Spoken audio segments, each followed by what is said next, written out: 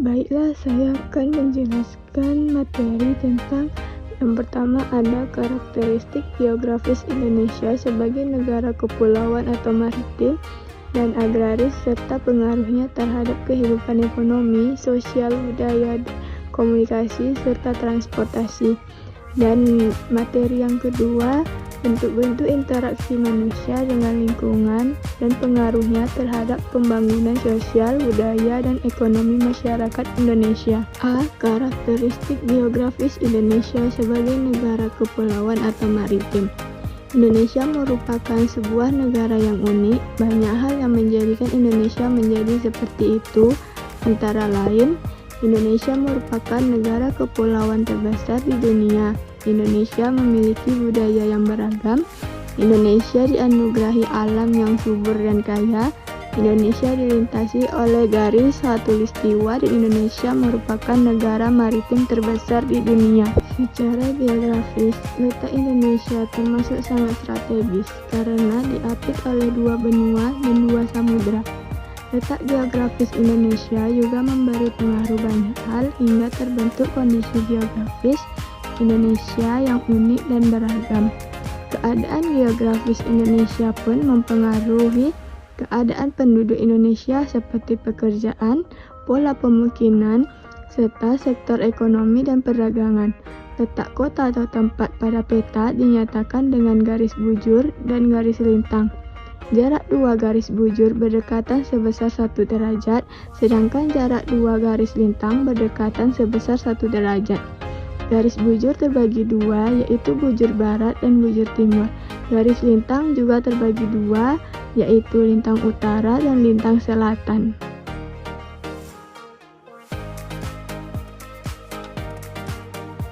Secara umum, Indonesia termasuk negara kepulauan atau maritim dan agraris.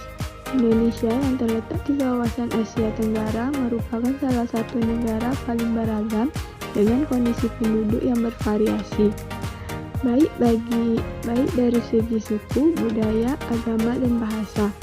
Wilayah Indonesia terbentang dari Sabang sampai Merauke. Batas wilayah Indonesia pun berbatasan dengan beberapa negara seperti Malaysia, Australia, dan Papua Nugini. Yang pertama, negara maritim.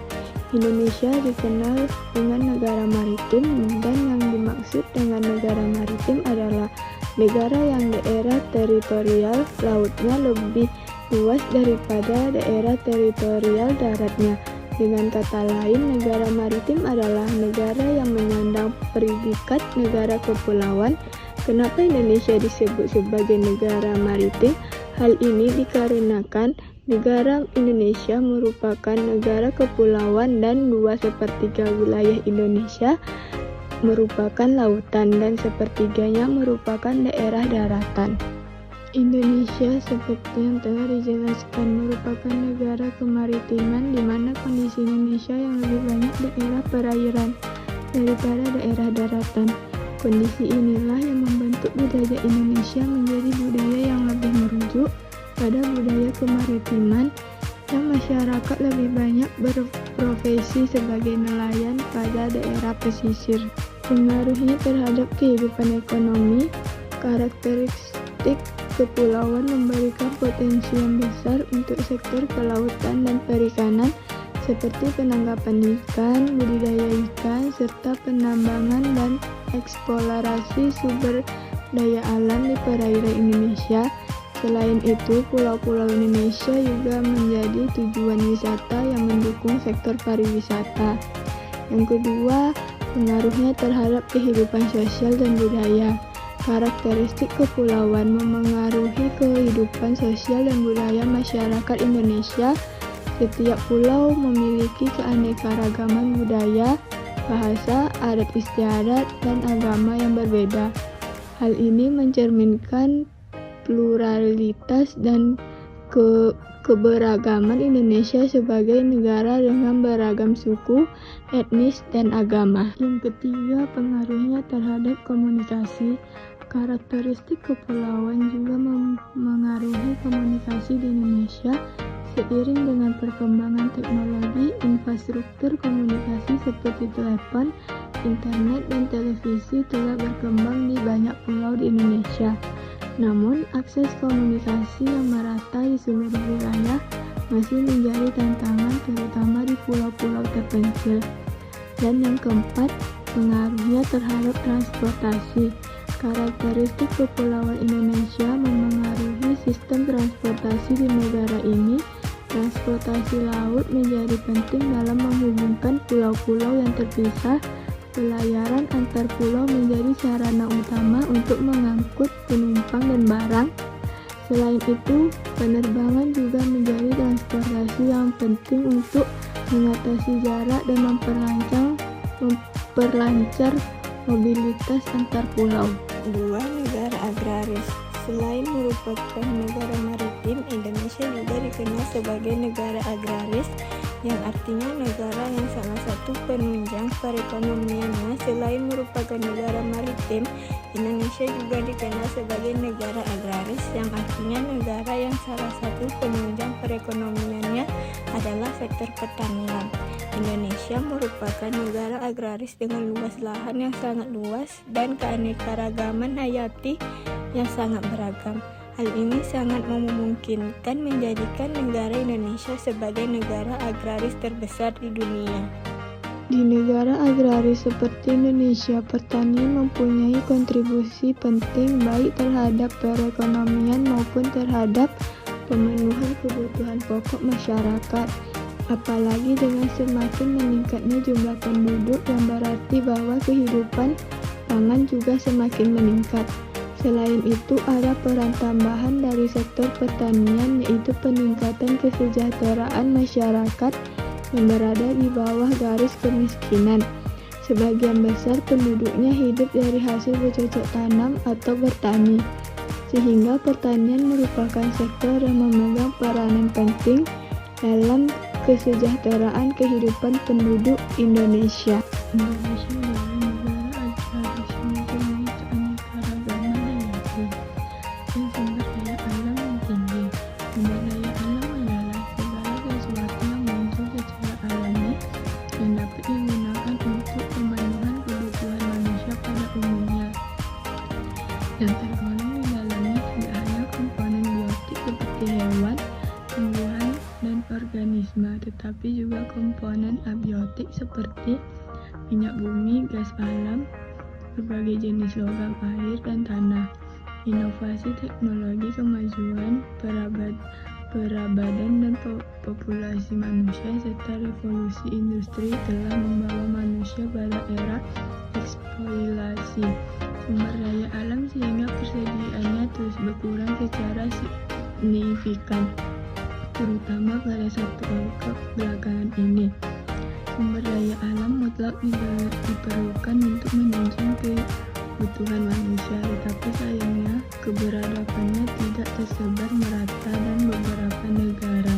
Begitu banyak keunggulan yang dimiliki oleh negara Indonesia, namun hal tersebut belum menjadikan negara Indonesia menjadi negara yang maju dan besar. Masih banyak kemiskinan pada warganya dan masih banyak sumber daya alam yang Tuhan dimanfaatkan dengan baik oleh pemerintahnya dan masyarakatnya. Yang pertama, pengaruhnya terhadap kehidupan ekonomi. Sektor pertanian menjadi kontributor penting terhadap perekonomian Indonesia. Tanaman pangan seperti jagung, padi, dan kedelai merupakan sumber utama pangan dan sumber penghasilan bagi petani. Sedangkan sektor perkebunan seperti kelapa sawit, kopi, teh, karet, dan coklat juga memberikan kontribusi signifikan terhadap ekonomi Indonesia. Yang kedua, pengaruhnya terhadap kehidupan sosial dan budaya.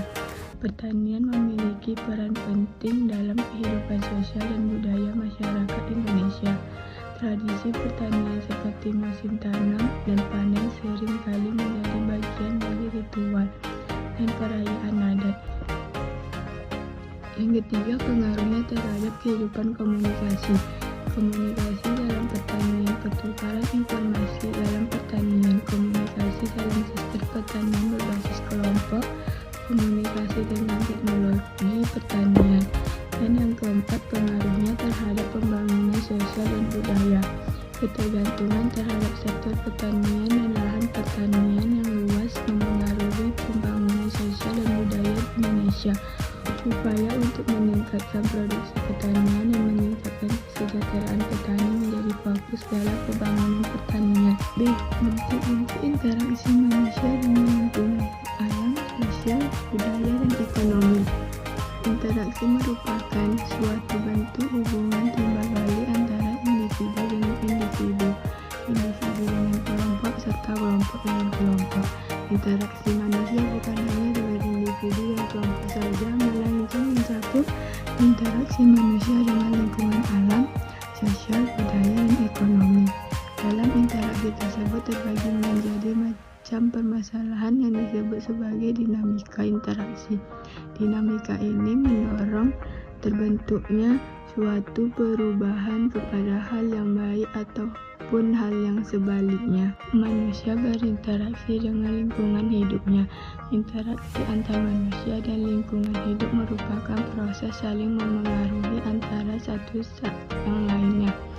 Lingkungan hidup memiliki pengaruh besar bagi manusia karena merupakan komponen penting dari kehidupan manusia. Begitupun sebaliknya, manusia memiliki pengaruh besar terhadap lingkungan hidup dalam hal pemeliharaan dan pelestarian lingkungan hidup. Manusia terdiri atas lingkungan alam, lingkungan sosial, budaya, dan ekonomi. Yang pertama, interaksi manusia dengan lingkungan alam. Lingkungan alam adalah lingkungan yang terbentuk secara alamiah tanpa campur tangan manusia. Lingkungan alam mencakup semua benda hidup dan tak hidup yang terjadi secara alamiah di bumi. Lingkungan alam terdiri atas komponen abiotik dan biotik. Komponen abiotik adalah segala sesuatu yang ada di lingkungan yang bukan makhluk hidup. Lingkungan abiotik adalah segala benda hidup yang ada di lingkungan. Dalam lingkungan alam terjadi interaksi antara lingkungan abiotik dengan lingkungan biotik, atau sebaliknya, bahkan antar komponen lingkungan biotik dan antar komponen lingkungan abiotik juga terjadi saling keterkaitan. Contoh interaksi antara komponen abiotik dengan biotik adalah tanah, suhu, dan curah hujan yang memengaruhi jenis tanaman yang tumbuh saat suatu daerah. Lingkungan biotik juga dapat memengaruhi lingkungan abiotik. Contohnya, daerah yang banyak tumbuhannya akan membuat suhu udara menjadi lebih sejuk. Daerah yang masih banyak tumbuhannya juga dapat menyimpan air tanah lebih banyak karena tanah di bawahnya dapat menyerap air lebih banyak. Yang kedua, interaksi manusia dengan lingkungan sosial. Manusia perlu berhubungan atau berkomunikasi dengan yang lainnya. Maka terjadilah apa yang dinamakan proses sosial. Proses sosial adalah suatu interaksi atau hubungan saling memengaruhi antar manusia. Proses sosial ini akan terjadi kalau ada interaksi sosial. Interaksi sosial adalah hubungan-hubungan antara orang perorangan, antara kelompok manusia maupun antara perorangan dan manusia. Dalam interaksi sosial, hubungan yang terjadi harus secara timbal balik dilakukan oleh kedua belah pihak.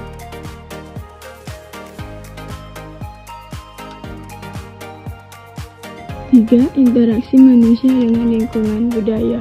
Manusia tidak bisa hidup sendiri untuk memenuhi seluruh kebutuhan hidupnya. Manusia mempunyai kecenderungan untuk hidup berkelompok dan masyarakat.